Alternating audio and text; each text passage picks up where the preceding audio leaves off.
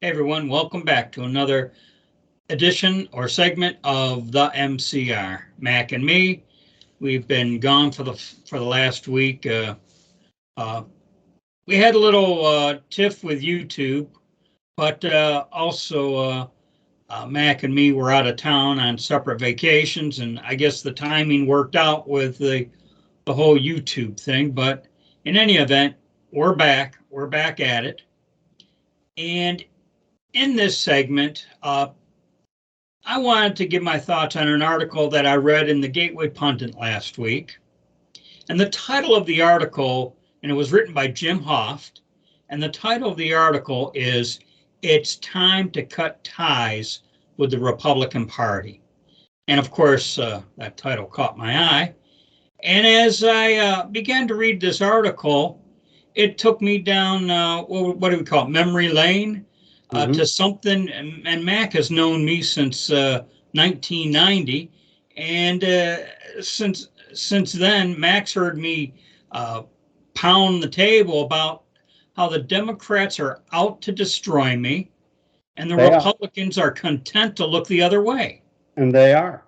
And you know and in regards to looking the other way, you know, and actually I've heard other commentators almost define it as, the Democrats are destroying the economy, and the Republicans are content to manage the decline, But in this article, it just went down some examples of really how I feel. Okay. And they referenced I don't know if he tweeted it or posted it somewhere, but Charlie Kirk wrote some things down. And for instance, and this is what Charlie Kirk wrote: Republicans did nothing about Bill Clinton flying to islands with minors. Well, yeah, he did that.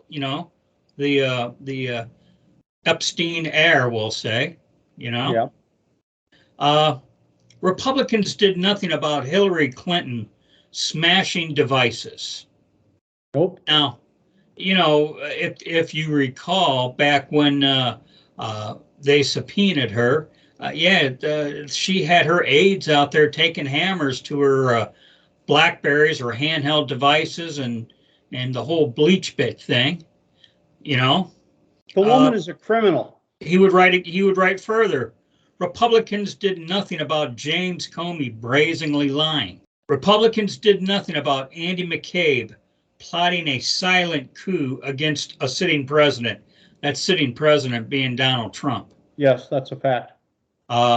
Republicans did nothing about BLM raising $100 million and breaking charitable giving laws.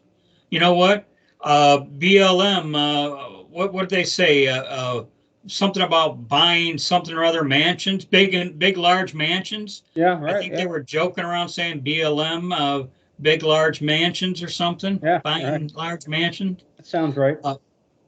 Let's see. Republicans in Florida did nothing about James Biden. That's the brother of Joe. Alleged fraud scheme involving a hospital system. That's something I didn't even know about. Republicans in Arkansas did nothing about Hunter Biden's myriad crimes. Republicans have done nothing against Antifa and their interstate RICO operations. And here they are with this whole Georgia thing. Republicans have done nothing against Antifa and their interstate RICO operations. And Georgia, the DA in Georgia was indicted Trump on RICO of crimes, So, they'll make up RICO crimes against Trump, but give Antifa a complete pass. Yeah. Okay. Let's see. One of the lines here reads, "Why would Democrats be afraid of us? The Republicans, they run the country while Republican AGs and DAs quiver in fear and run for the hills."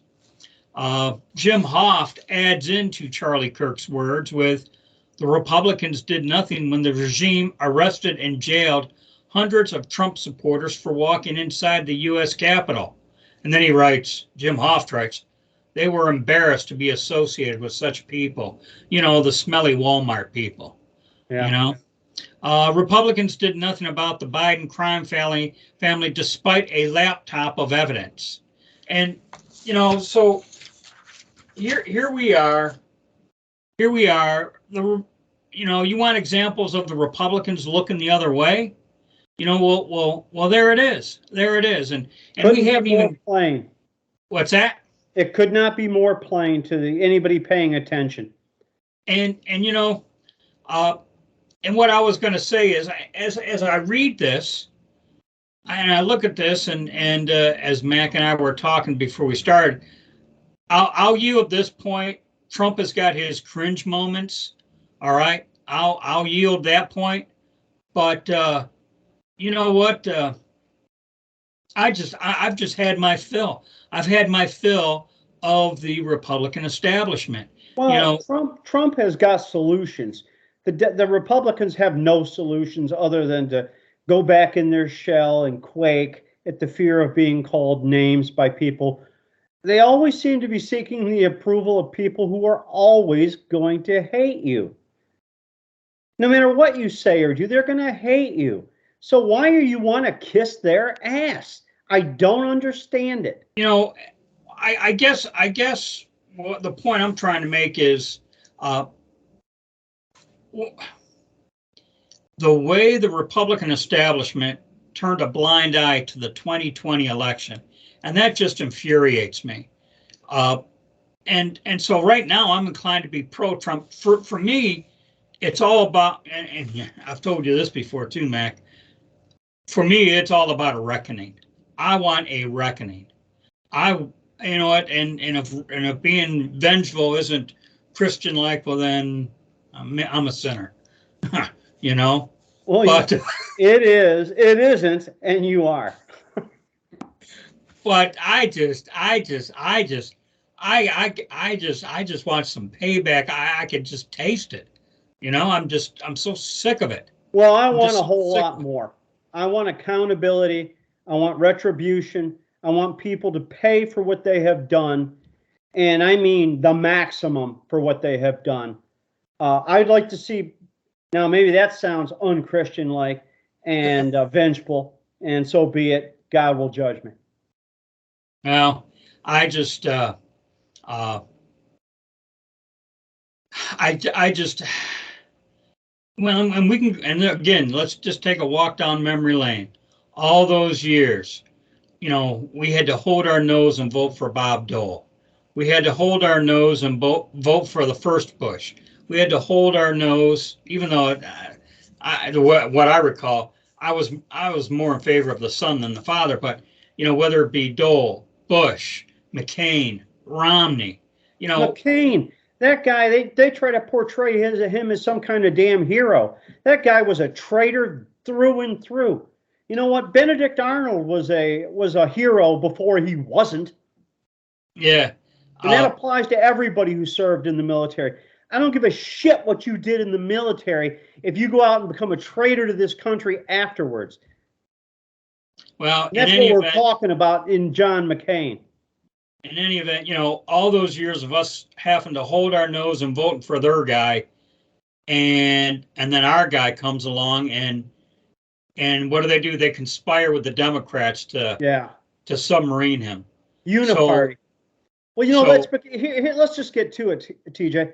They're corrupt as hell. They're all in on it. Mitch McConnell went in there with holes in his pockets, and now he's a multi-millionaire. How'd that happen? You don't have to be great at math to figure out how corrupt these damn people are. His wife's probably a Chinese spy, and he's working for them. He's working against us. Yeah.